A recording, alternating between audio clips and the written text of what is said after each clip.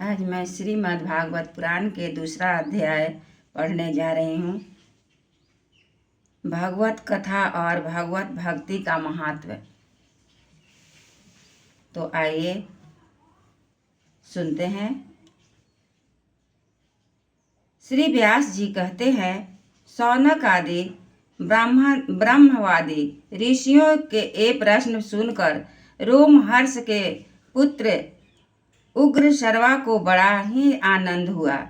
उन्होंने ऋषियों के इस मंगलमय प्रश्न का अभिनंदन करके कहना आरंभ किया। सूत जी ने कहा, जिस समय सुखदेव जी का जगोपवीत संस्कार भी नहीं हुआ था, शुद्रा लौकिक वैदिक कर्मों के अनुष्ठान का अवसर भी नहीं आया था, उन्हें अकेले ही संन्यास लेने के उद्देश्य से जाते देखकर उनके पिता व्यास जी विरह से कातर होकर पुकारने लगे, बेटा बेटा। उस समय तन्मय होने के कारण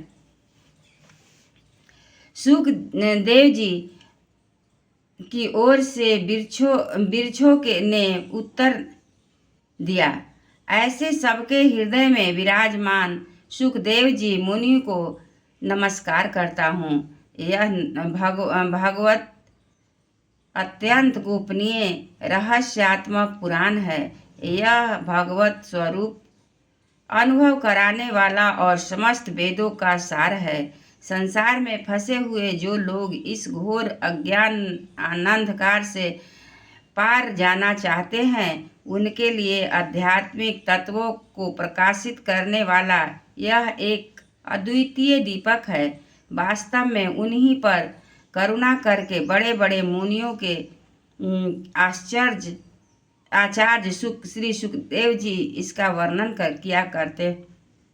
किया है। मैं उनकी शरण ग्रहण करता हूँ। मनुष्यों में सर्वश्रेष्ठ भगवान के अवतार श्री नर नारायण ऋषियों को, सरस्वती देवी को और श्री व्यास जी को नमस्कार करके तब संसार और अंतःकरण के समस्त विकारों पर विजय प्राप्त करने वाले इस श्रीमद्भागवत पुराण का पाठ करना चाहिए। ऋषियों, आपने संपूर्ण विश्व के कल्याण के लिए यह बहुत सुंदर प्रश्न किया है, क्योंकि यह प्रश्न श्री कृष्ण के संबंध में है और इससे भली भांति आत्मशुद्धि हो जाती है। मनुष्यों के लिए सर्वश्रेष्ठ धर्म वही है जिससे भगवान श्री कृष्ण भक्ति हो। भक्ति भी ऐसी जिसमें किसी प्रकार की कामना न हो और नित्य निरंतर बनी रहे। ऐसी भक्ति हृदय आनंद स्वरूप परमानंद उपलब्धि करने के कृत हो जाता है। भगवान श्री कृष्ण में भक्ति होते ही अनन्य प्रेम से उनमें चित्त जोड़ने की निष्काम ज्ञान वैराग्य आविर्भाव हो जाता है। धर्म का ठीक ठीक अनुष्ठान करने पर यदि मनुष्य हृदय में भगवान की लीला कथाओं और अनुराग उदय हो जाता है, तो निरा श्रम ही श्रम है। धर्म का फल मोक्ष, उसकी सार्थकता अर्थ प्राप्ति में है। अर्थ केवल धर्म के लिए है। भोग विलास उसका फल नहीं माना जाता है। भोग विलास फल इंद्रियों को से तृप्त करना नहीं है, उसका प्रयोजन है केवल जीवन निर्वाह। जीवन का फल भी तत्व जिज्ञासा है। बहुत कर्म करके स्वर्गादि प्राप्त करना उसका फल नहीं है। तत्ववेता लोग ज्ञाता और ज्ञेय के भेद से रहित अखंड अद्वितीय सच्चिदानंद स्वरूप ज्ञान को ही तत्व कहते हैं। उसी को कोई परमात्मा, कोई भगवान नाम से पुकारते हैं। श्रद्धालु मुनिजन भगवत श्रवण से प्राप्त ज्ञान वैराग्य भक्ति अपने हृदय में उस परम स्वरूप परमानंद का अनुभव करते हैं।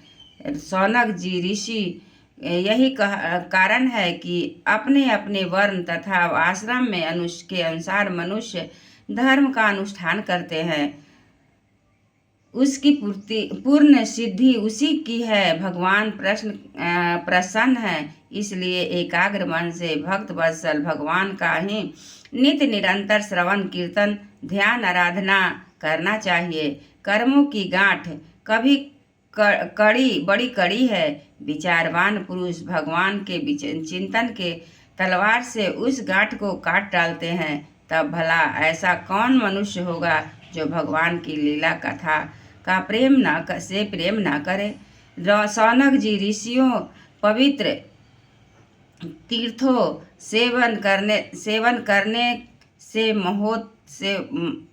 महत से सेवा तदनंतर श्रवण की इच्छा फिर श्रद्धा तत्पश्चात भगवत कथा में रुचि होती है। भगवान श्री कृष्ण यश का श्रवण और कीर्तन दोनों पवित्र करने वाले हैं। वे अपनी कथा सुनने वालों हृदय में आकर स्थित हो जाते हैं और उनकी अशुभ वासनाओं को नष्ट कर देते हैं, क्योंकि वे संतों नित्य सुखद हैं। जब श्री भागवत अथवा भगवत भक्तों के निरंतर सेवन से अशुद्ध वासनाएं नष्ट हो जाती है, तब पवित्र कीर्ति भगवान श्री कृष्ण के प्रति अस्थायी प्रेम की प्राप्ति होती है। तब रजोगुण और तमोगुण भाव, काम और लोभ आदि शांत हो जाता है और चित्त इनके रहित होकर सत्व गुण में स्थित एवं निर्मल हो जाता है। इस प्रकार भगवान की प्रेममयी भक्ति से सब संसार की समस्त शक्तियाँ मिट जाती है, हृदय आनंद से भर जाता है। तब भगवान के तत्व का अनुभव करके अपने आप ही आ जाता है। हृदय में आत्मस्वरूप भगवान साक्षात्कार होते ही हृदय की ग्रंथि टूट जाती है, सारे संदेह मिट जाता है और कर्म बंधन छिन्न हो जाता है। इसी बुद्धिमान लोग नित्य निरंतर बड़े आनंद से भगवान श्री कृष्ण के प्रति प्रेम भक्ति करते हैं। इससे आत्म प्रसाद की प्राप्ति होती है।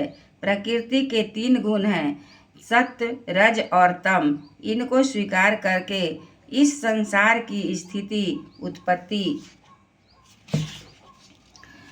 प्रयत्न के लिए एक अद्वितीय परमानंद ही विष्णु ब्रह्मा और रुद्र ये 3 नाम ग्रहण करते हैं। फिर भी मनुष्यों को परम ज्ञान कल्याण और सत्व गुण स्वीकार करने वाला श्री हरि ही होता है। जैसे पृथ्वी को विकार लकड़ी की अपेक्षा धुआं श्रेष्ठ है और उसमें भी श्रेष्ठ है अग्नि, क्योंकि वेदों के ज्ञान जोगादि से के द्वारा अग्नि और रजोगुण अग्नि सद्गति देने वाला है। वैसे ही तमोगुण की रजोगुण श्रेष्ठ है और रजोगुण से भी सत्वगुण श्रेष्ठ है, क्योंकि वह भगवान का दर्शन करने वाला। प्राचीन युग में महात्मा लोग अपने ज्ञान के लिए विशुद्ध सत्वमय भगवान विष्णु की आराधना किया करते थे। अब भी वे लोग उनका अनुसरण करते हैं। वे उन्हीं के समान कल्याण भाजन होते हैं। जो लोग इस संसार सागर को पार जाना चाहते हैं, वे यद्यपि किसी निंदा तो नहीं करते, न किसी दोष ही देखते हैं, फिर भी घोर रूप वाले तमोगुणी रजोगुणी भैरवा आदि भूतपतियों की उपासना न करके सत्वगुणी विष्णु भगवान और उनके अंग कला रूपों का ही भजन करते हैं। परंतु जिसका स्वरूप रजोगुणी अथवा तमोगुणी है, वे धन ऐश्वर्य और संतान की कामना से भूत पितर और प्रजापतियों की उपासना करते हैं, क्योंकि उन लोगों का स्वभाव उन भूतादि से मिलता जुलता होता है। वेदों का तात्पर्य श्री कृष्ण से ही है। जगों के उद्देश्य श्री कृष्ण ही हैं। योग श्री कृष्ण के लिए ही किए जाते हैं और समस्त कर्मों में समाप्ति भी श्री कृष्ण ही है। ज्ञान से ब्रह्म स्वरूप श्री कृष्ण ही प्राप्ति होती है। तपस्या श्री कृष्ण की प्रसन्नता के लिए ही की जाती है। श्री कृष्ण के लिए धर्मों का अनुष्ठान होता है और सब गतियाँ श्री कृष्ण में ही समा जाती है। यद्यपि भगवान श्री कृष्ण प्रकृति और उनके गुणों के अतीत, फिर भी अपनी गुणमयी माया से जो प्रपंच की दृष्टि है और तब तत्व की दृष्टि से नहीं, उन्होंने ही सर्ग के आदि में इस संसार की रचना की है। ये सत्व रज और तम तीनों गुण उसी माया के विलास है। इसके भीतर रहकर भगवान उनके जुक्ति सरीखे मालूम पड़ते हैं। भगवान तो वे परिपूर्ण विज्ञानानंद घन हैं। अग्नि तो वस्तुतः एक ही है, परंतु जब वह अनेक प्रकार की लकड़ियों में प्रकट होती है तब अनेक अनेक सी मालूम पड़ती है। वैसे ही सबके आत्मरूप भगवान तो एक ही हैं, परंतु प्राणियों की अनेकता से अनेक जैसे जान पड़ते हैं। भगवान की सूक्ष्म भूत तन्मात्रा, इंद्रियां और अंतःकरण आदि गुणों से विकार भूत भावों के द्वारा नाना प्रकार की जोनियों का निर्माण करते हैं और उनमें भिन्न भिन्न जीवों के रूप में प्रवेश करके उन जोनियों के अनुरूप विषयों का उपभोग करते कराते हैं। वे ही संपूर्ण लोकों की रचना करते हैं और देवता, पशु, पक्षी, मनुष्य आदि जोनियों में लीलावतार ग्रहण करके सत्व गुण के द्वारा जीवों का पालन पोषण करते हैं। एक बार बोलिए श्री कृष्ण भगवान की जय, वृंदावन बिहारी लाल की जय, सब देवतन की जय, सतगुरु महाराज जी की जय। दूसरा अध्याय समाप्त हुआ।